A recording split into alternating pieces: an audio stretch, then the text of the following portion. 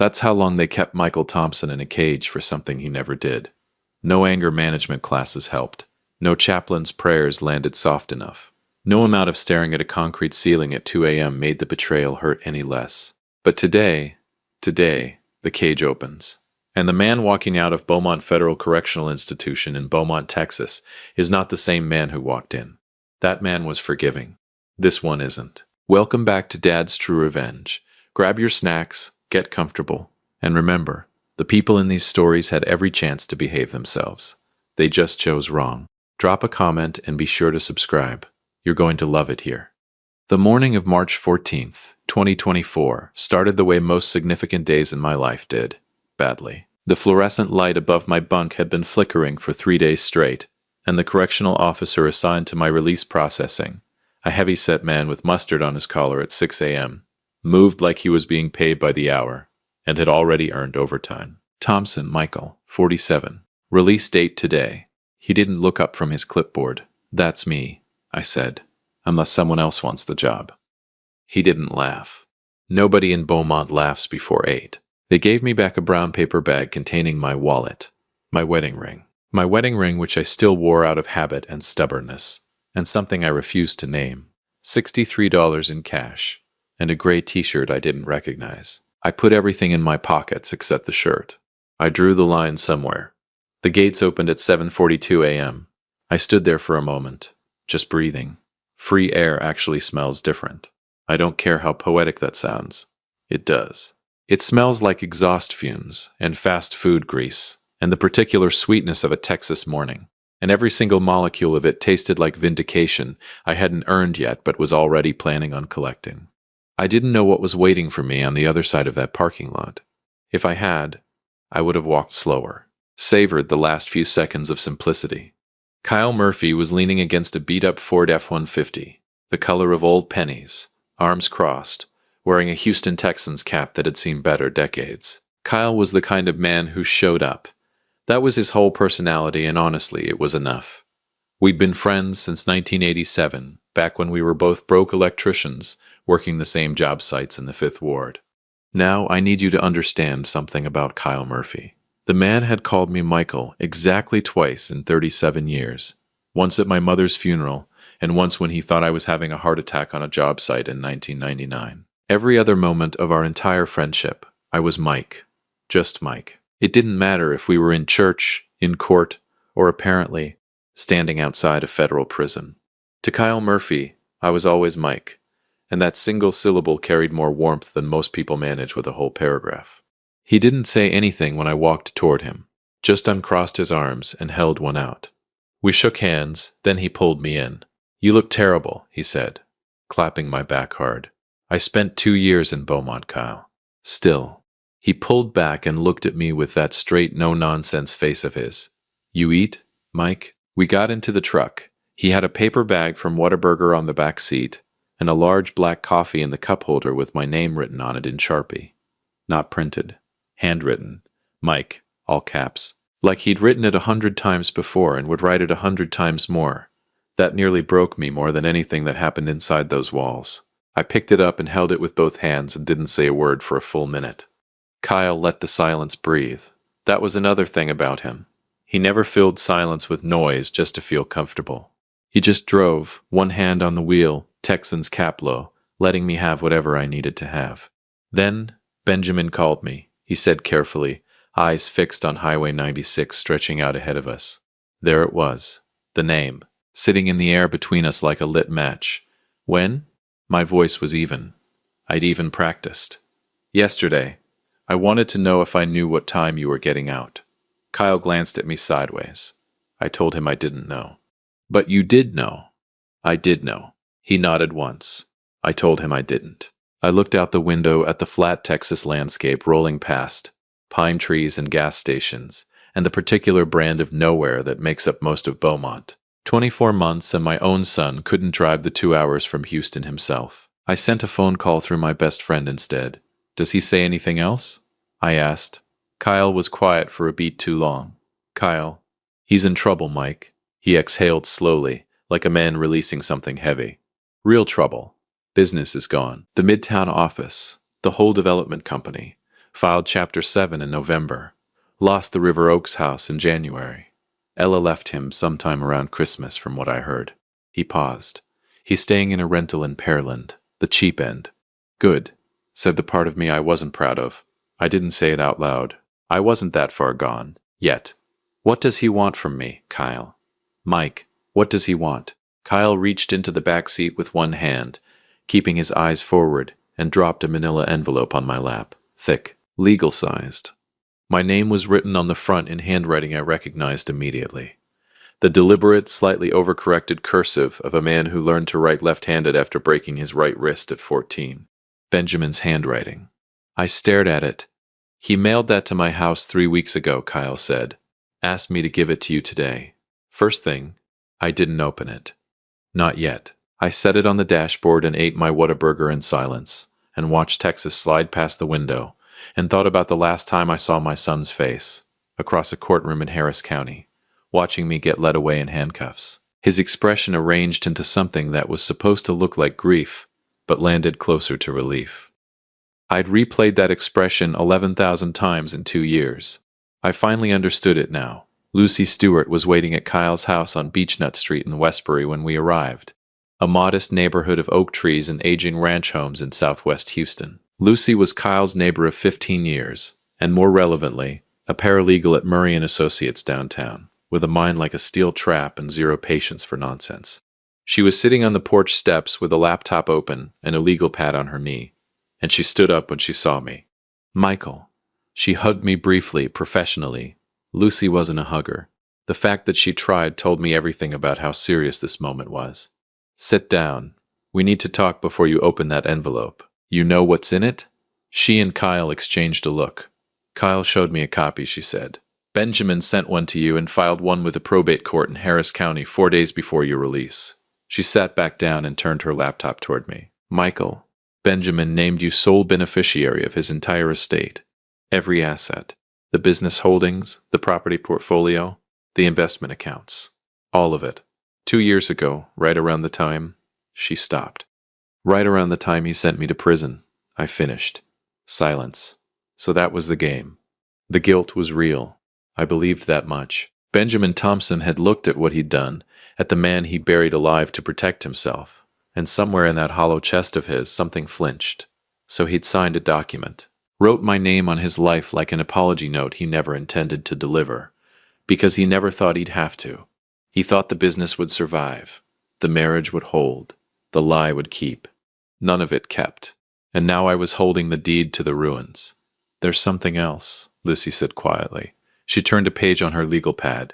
I've been doing some digging, about Ella, about the miscarriage. She looked at me steadily. Michael, the hospital records from St. Luke's and the medical center. March 2022. I got them through a contact. She paused. Ella's OB noted acute stress and physical trauma consistent with a fall. There were also traces of... She glanced at Kyle. Say it, Lucy. I said. Cocaine. In Ella's system. Secondhand exposure, the notes suggest. Someone in her immediate environment. She closed the laptop slowly. It wasn't you, Michael. It was never you. And somewhere in that rental in Pearland, Benjamin Thompson knows exactly whose fault it was. Kyle hadn't said a word through any of it. I looked over at him. He was staring at the porch floor, jaw tight, turning his Texan's cap over and over in his hands, the way he did when he was holding back something he didn't trust himself to say out loud. Kyle, I said. He looked up. Say it. He stopped. Started again. I watched them take you, Mike. I sat in that courtroom and I watched your own son point his finger at you. And I didn't. His voice caught. I should have dug harder. Before the verdict, I should have...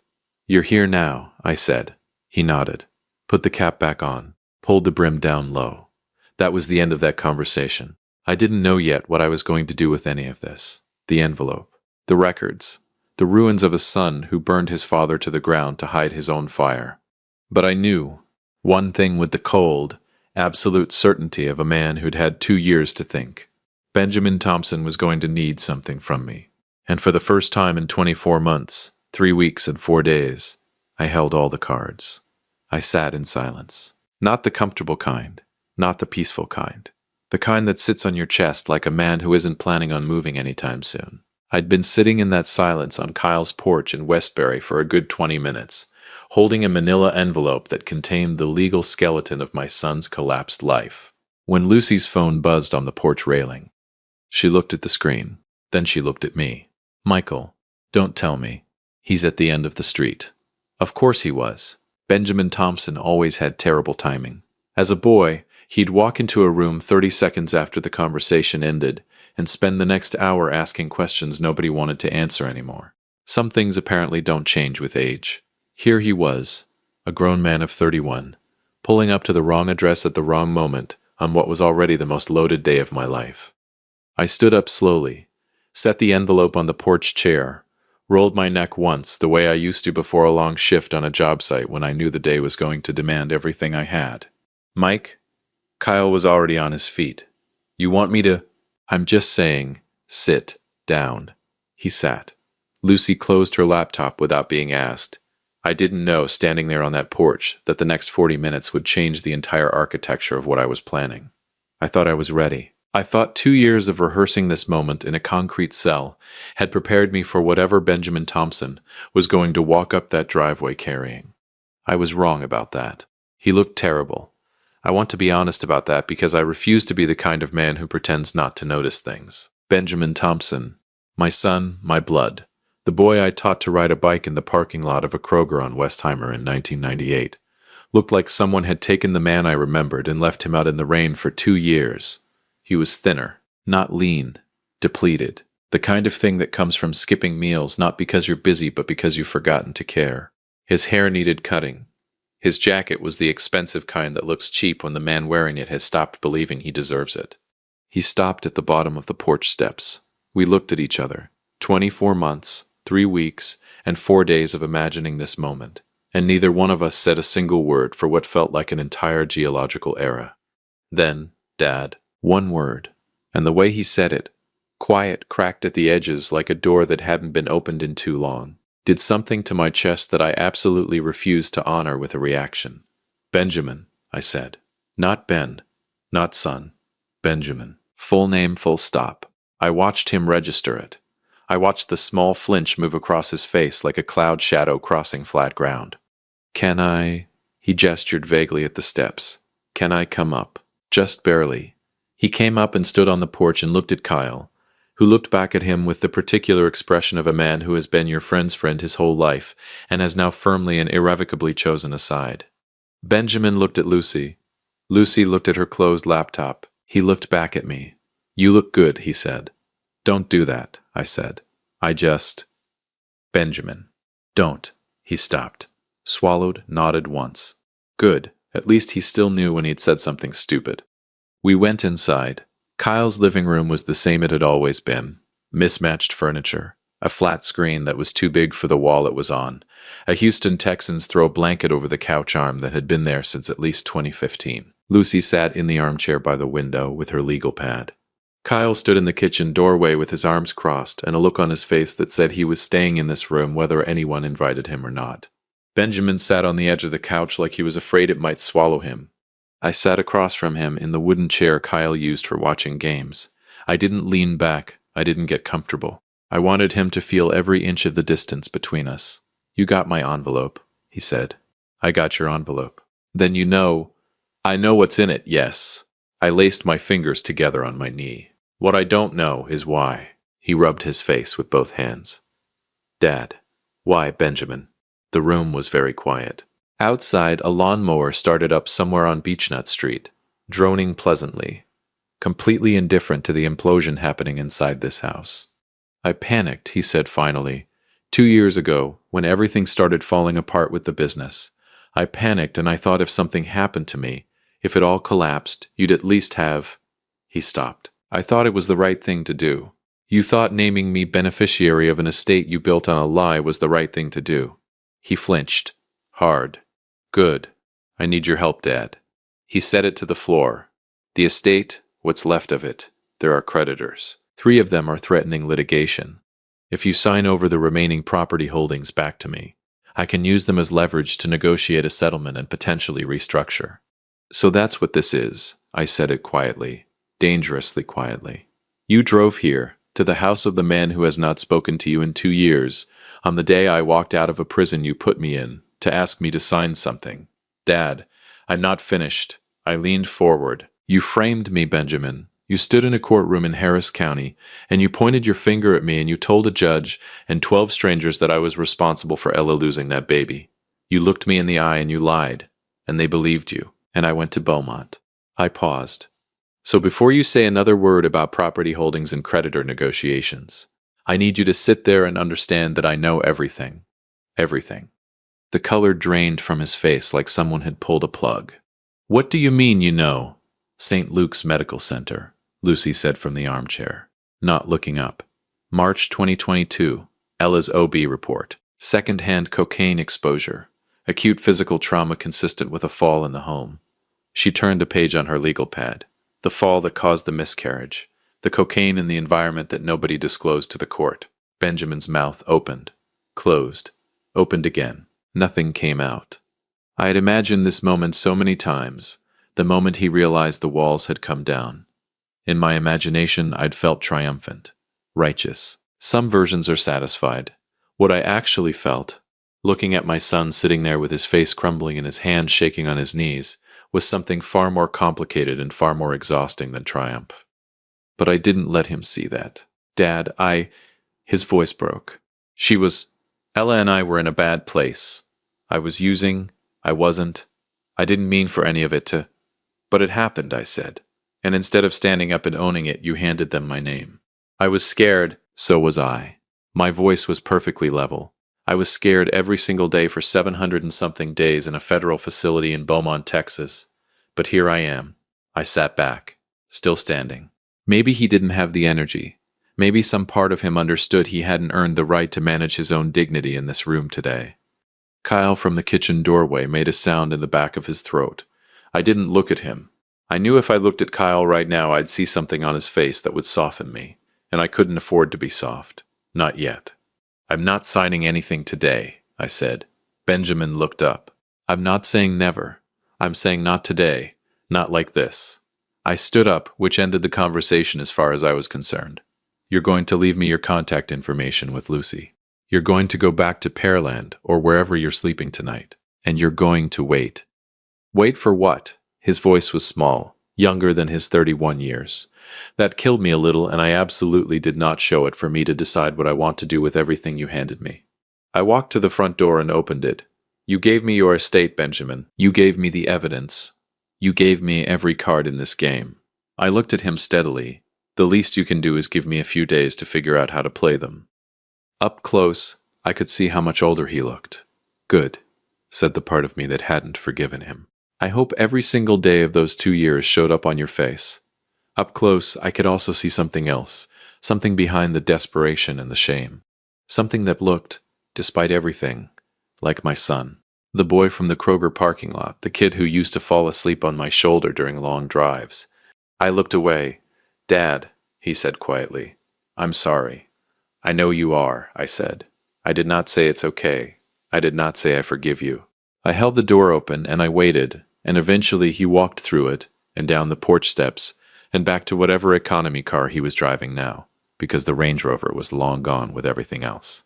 I watched him pull away. Kyle appeared at my shoulder, handed me a fresh coffee, said nothing. I didn't know then what I know now, that Benjamin Thompson, in his desperation, had left something out of that conversation. Something important. Something that would change every calculation I'd been making since the moment Lucy read me that OB report. But that was tomorrow's problem. Today I was just a man standing on a porch in Westbury, Houston, holding a warm cup of coffee with his name on it. Mike. Still standing. They picture the confrontation, the speech, the moment the villain finally hears every truth you've been storing in your chest, like ammunition for 2 years, fired point blank, watched landing. They picture you standing over the wreckage, righteous and clean, while the other person crumbles dramatically at your feet. That's not how I did it. I did it the way I used to do electrical work in the old days. Quietly, methodically, behind walls where nobody could see. You don't announce a rewiring. You don't make a speech about it. You just cut the right wire, connect the right circuit, and walk away. And eventually, when someone flips the switch, the whole system either lights up or burns down. I already knew which one this was going to be. The next day started with coffee and Lucy Stewart's legal pad. She was back on Kyle's porch at 7 a.m., which told me she hadn't slept much. Her laptop was already open, and she had 2 fresh highlighters uncapped beside her like surgical instruments. Kyle was inside making breakfast, the smell of bacon drifting through the screen door, the faint sound of a sports radio segment he wasn't really listening to filling the kitchen. I sat across from Lucy with my coffee. Mike, same Sharpie, Kyle never missed, and waited. "I've been thinking about the estate documents all night," she said without preamble. Lucy Stewart did not do small talk before 10, specifically about what Benjamin didn't tell you yesterday. It wasn't a question. I'd felt it standing at that door, watching him walk away. The particular incompleteness of a story told by a desperate man who is still, even in his desperation, managing information. The creditors he mentioned. Lucy turned her laptop toward me. 3 of them are threatening litigation. What he didn't say is that one of those creditors is a man named Douglas Hale, commercial real estate investor out of the Woodlands. Benjamin borrowed $400,000 from Hale in 2002. Private loan, outside the business. Personal guarantee. That loan is now 14 months past due. She paused. Hale filed a civil suit against Benjamin personally last month. The hearing is in 11 days. I looked at the screen. Court filing. Benjamin Thompson, defendant. Douglas Hale, plaintiff. Harris County Civil Court. If Hale wins, Lucy continued, and he will win, the judgment would attach to any asset Benjamin controls or has a legitimate claim to, including assets he's named me beneficiary of, I said slowly. Exactly. She closed the laptop halfway. Benjamin came here yesterday to get you to sign those holdings back to him before the Hale judgment lands. Because once that judgment drops, any asset he controls gets seized. But assets you control, as the named beneficiary, are outside Hale's reach. She looked at me steadily. He wasn't trying to save his estate, Michael. He was trying to hide it inside yours. The bacon smell coming through the screen door suddenly seemed almost funny. My son, my own son, came to me on the day I walked out of the prison he put me in, not to apologize, not to make anything right, but to use me as a hiding place for the last few crumbs of a life he'd already eaten through. The audacity of it was almost architectural. You had to respect the structure even while you were demolishing it. Almost. There's more, Lucy said. Of course there is. The remaining assets in the estate. She flipped a page on her legal pad. After the business collapse and the River Oaks property loss, what's actually left is mostly one thing. A commercial property on Westheimer, a mixed-use building Benjamin bought in 2021. It's mortgaged, but it has equity. Roughly $280,000 of it. She looked up. As sole beneficiary, you have legal standing to petition for early transfer of that asset, given Benjamin's demonstrated financial instability. Lucy tapped her pen on the pad. I've already drafted the petition. Kyle appeared in the screen doorway, spatula in hand, listening in that quiet way of his that pretended to be accidental. I looked at the drafted petition Lucy slid across the porch table toward me. How long does the transfer take? I asked. If we file today, 7 to 9 business days. The Hale hearing is at 11. She let that number sit in the air between us. You'd have the asset transferred and legally yours before Benjamin has anything left to negotiate with in that courtroom. I picked up the petition. Read it carefully. Set it back down. I thought about Benjamin on that porch yesterday, the depleted look of him, the cracked, quiet way he'd said Dad. I thought about the Kroger parking lot and the bike and the boy who used to fall asleep on my shoulder. Then I picked up Lucy's pen and I signed the petition on the line she'd already marked with a small yellow arrow sticker. Methodical. Clean. No speech. Lucy filed it at 9:47 a.m. at the Harris County Courthouse downtown. Kyle drove. I sat in the passenger seat and watched Houston slide past the window. The city I'd lived in for 30 years. The city that had watched a courtroom strip my name of everything it meant, looking exactly the same as it always had. Indifferent and enormous and beautiful in that flat Texas way. How do you feel? Kyle asked, because Kyle Murphy asked questions like that and never apologized for it. Hungry, I said. He laughed, short and real. Mike, I was already developing a post-incarceration dependency and I wasn't remotely interested in addressing it. The next 9 days were quiet. That was the part nobody tells you about cold revenge. The waiting. The maintenance of ordinary life, while the machinery runs silently in the background. I stayed at Kyle's. I helped him fix a busted fence panel in his backyard on the second day, because I needed to do something with my hands.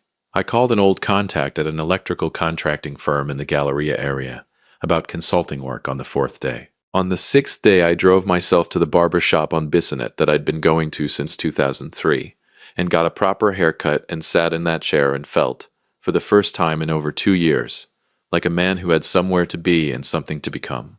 Benjamin called Lucy twice during those 9 days. She answered both times, professionally, and told him the paperwork was being processed and that Michael Thompson would be in touch when he was ready. She did not mention what paperwork. He assumed it was related to the beneficiary documents. He assumed wrong. On the morning of March 24th, day 10, Lucy called me. "It's done," she said. "Transfer confirmed. The Westheimer property is yours, Michael. Deed recorded this morning." I was standing in Kyle's backyard with a cup of coffee, watching a cardinal sit on the fence post we'd fixed 8 days ago, doing absolutely nothing useful except being red and alive in the morning light. "Thank you, Lucy," I said. "The Hale hearing is tomorrow," she said. "I know. Are you going?" Was I going? I thought about that for a moment. Thought about sitting in another courtroom in Harris County, watching another proceeding dismantle another version of Benjamin Thompson's life. I thought about whether I needed to be in that room to feel the completion of it. "No," I said. "I'm not going." I found out what happened the way I found out most things that week, through Lucy, who'd had a contact present. Benjamin Thompson arrived at Harris County Civil Court on the morning of March 25th, 2024, with a lawyer he clearly couldn't fully afford, and a strategy built entirely around leveraging the Westheimer property equity as a negotiating instrument against Douglas Hale's judgment. The lawyer presented the asset. The court pulled the current deed record. The Westheimer property was registered to one Michael Raymond Thompson, effective March 24th, 2024. Benjamin, by all accounts, went very still. The lawyer asked for a recess. The recess was granted. During the recess, Benjamin apparently tried to call me 4 times. I was at a diner on Kirby Drive eating eggs and reading a newspaper, an actual physical newspaper, one of the small pleasures 2 years of deprivation had renewed my appreciation for. And I watched his name light up my phone screen 4 times and I let it ring. Not out of cruelty. I want to be clear about that. There was no satisfaction in the ringing phone. There was only the quiet, settled feeling of a man who has done what needed doing and has nothing left to prove to anyone in that particular area code. Without the Westheimer equity, Benjamin had nothing to negotiate with. Douglas Hale's judgment landed in full. Every remaining asset Benjamin Thompson personally controlled was subject to seizure. The Pearland rental he could keep. They can't take your residence below a certain threshold in Texas. And whoever arranged that provision in state law clearly anticipated situations exactly like this one. But everything else, gone. He walked out of that courtroom with a lawyer he couldn't pay, a judgment he couldn't meet, and a phone call that had gone to voicemail 4 times. Completely. Alone. 3 days later, on the morning of March 28th, I drove to the Westheimer property myself for the first time. It was a decent building. 2 retail units on the ground floor, 1 vacant, 1 occupied by a dry cleaner who had no idea his landlord had just changed, and 4 residential units above. Brick facade. Needed work on the exterior drainage. The kind of building a man who actually knows how circuits and structures work could see the bones clearly. Good bones, I thought, standing on the sidewalk with my hands in my jacket pockets, looking up at it in the thin Houston morning light. Everything good starts with good bones. I didn't go inside that day. I just stood there for a while. Then I walked back to my car, a 2019 Chevy I'd bought 2 days earlier, with the first installment from the consulting contract. And I drove back toward Westbury, and I thought about electrical work, and fair wages, and what it feels like to build something that actually belongs to you. On the seat beside me was a single envelope. Inside, it was a document Lucy had prepared at my specific request. Not the petition, not the deed transfer, not anything legal or binding, just a letter. 2 paragraphs, my signature at the bottom. I'd had Kyle drop it at the Pearland rental the evening before. It said 2 things. The first was that I had no intention of using St. Luke's records against Benjamin publicly, that what those documents contained was between him and whatever remained of his conscience, and that I was not in the business of destroying men who had already destroyed themselves. The second was that the Westheimer property was mine, and I intended to keep it, and that if Benjamin Thompson ever wanted to have a conversation, a real one, with no envelopes and no agendas and no documents to sign, he knew where to find Kyle Murphy's house on Beechnut Street. Not an olive branch, not forgiveness, just a door, left slightly open, because I was 57 years old and tired of sealed rooms. Whether he ever walked through it was entirely his problem. I turned onto the highway and let Houston open up around me, wide and flat and full of the particular noise of a city that doesn't stop for anyone's grief or anyone's victory. And I drove with the window down and the March air coming in fast and cool, and I didn't think about Benjamin Thompson at all. I thought about the cardinal on the fence post, red and alive in the morning light, still standing. If you liked this story, join our community by hitting that like button and subscribing for more real, raw, and family-centered stories. And as always, thank you for being a part of this sphere.